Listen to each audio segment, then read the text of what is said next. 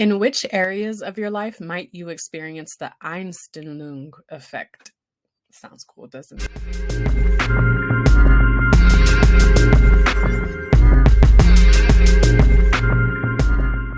Welcome to episode 4 of season 2 of the Prolific Shift Sunday Sit Down. I'm Janae Peters, founder, CEO, director, executive producer, regular producer, audio visual coordinator, all the things right now for Prolific Shifts. And of course, not really all the things, because all of those things happen because of the support I have from so many wonderful human beings. So here we are today.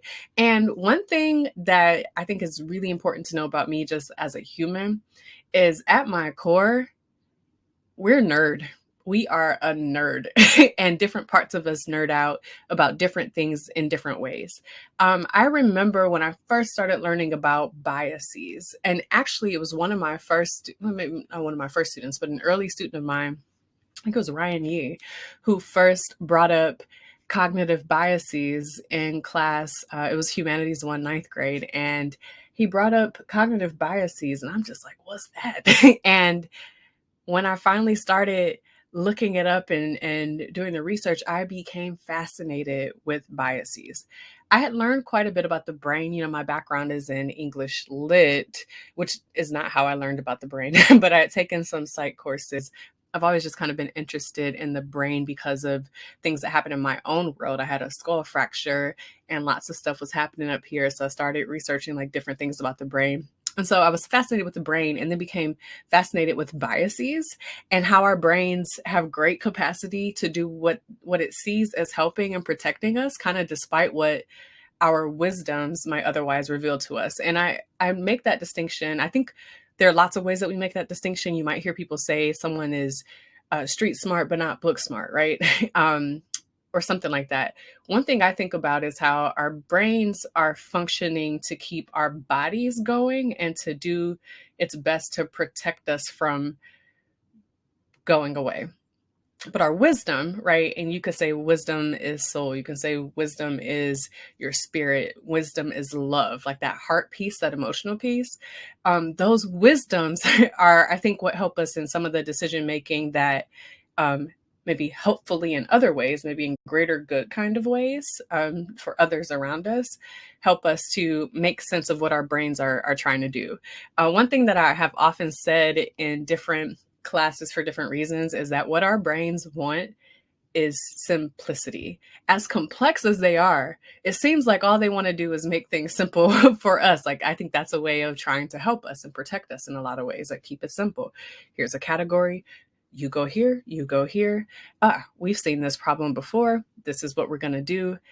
And because we are such complex beings and because we exist interdependently, right? Our brains, I think, have the capacity to limit us in a lot of ways on that more societal kind of greater good, highest self kind of level. So I have a fascination with biases, and one that I want to talk about today, and that's very much a part of this question, is like, in which areas of your life might you most experience the Einstellung effect? So this effect has a lot to do with cognitive or confirmation bias, right? So it's essentially when you get stuck in a problem solving loop. One explanation that I found for the Einstellung effect online called it the development of a mechanized state of mind. It's our predisposition to solve a given problem in a specific way, even though better or more appropriate methods exist. Right.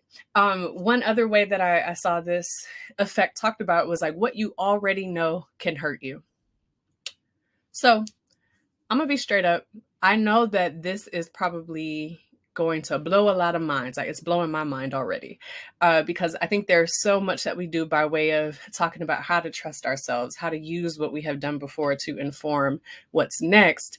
And I also think we limit ourselves a great deal when we only go the route that we know based on experience. And I think that if we took the time to think about what we know and have done and really evaluate, right, how that really assess and ask others for support in assessing how that went, what it might actually reveal to us is that there was a better way to do it.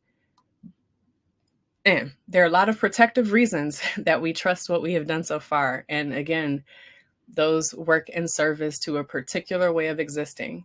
And I think that there are ways that we can counter the way our brains are trying to move us or remind us as a way to go to that can really expand our lives. So prolific shifts, if you've ever been to the website or seen anything, like the tagline is kind of shifting always, and is not kind of, the tagline is shifting always and into all ways.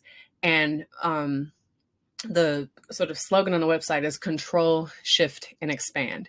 That expansion piece doesn't happen when we just do what we normally do. That expansion piece happens when we are wondering why that didn't quite go the way we thought it would go. And maybe it worked out all right, and that's fine. Or why we still think this way, even though we know better, but we can't do anything in service to it, or feel like we can't do anything in service to it. This week's question is really asking us to engage that. When I think of one way that it's working in my world, so when I think of problem solving, I work very, very, very hard to assess the things that I've done, like maybe too hard. I'm one of those folks who is an overthinker to the point where I'm distrusting of so many things, like sometimes even myself, right? Which is sometimes not in service to a greater good. But I even have to learn to question that, like when I'm not trusting myself, kind of what's at play and what else is going on. I think that if I were to answer this question honestly in this space in ways that I'm willing to offer it, the areas in my life that are most affected by Einstellung Effect include my thinking about how change happens, my thoughts about how to engage access and opportunity for folks that have historically been marginalized in this country, Black people. And I think also when I think about how to, I don't know, the ways that I have tried to engage a work and social life balance, the ways that I have tried to problem solve in that way have tended to be the same kind of way, and would definitely benefit from putting a little more love into that instead of having that mechanized state that's like, well, I can hang out with people when I finish my work and that's that. And that's obviously in this space that is kind of public. I'm not bearing my all here. If you're my friend or someone I love or who loves me and you really want to talk about this, I'd be happy to go in a little more depth. But I'm just thinking about different areas in my life where I tend to encounter challenges, barriers, or feel stuck, like places where I feel stuck. And it's just like, man, no matter what I do, this thing doesn't change. When the truth is, it's because of me. It's usually probably because of me, because of what you already know can hurt you. So if I feel like I've seen this before, I've been here, I've done that, and I'm not really interrogating the complexity of that, then it has a lot of potential to keep you stuck in that loop, in your own predisposition. But I think the more we are in relationship with others, the more we are open to others' processes and ways of seeing things instead of just shutting people out because it's not what we're used to. I think there's a lot of potential there for expansion and for a greater foundation of, I would say, love and care in our relationships, in our problem solving, in our capacity to engage our highest selves. So there's a lot here, and we're already at 9 minutes for this video, and I didn't want it to be that long. But like, really take some time to think about this. Like, where do you find yourself in a loop? Where are the conversations that you have with people where they're offering maybe a way to access a problem or to approach a problem that you're finding yourself in, or a pattern you're finding yourself in, and you hear them, but then you're like, yeah, I'm gonna just do what I know to do because that's what I do. Think about those areas. And as the action item for this week, focus on your problem solving processes this week and think about where you might approach it differently and then do it. So this week, for example, I know I have a couple things coming up. I have a couple of big work deadlines. I have a couple of things outside of work that have a lot of capacity to impact my social relationships.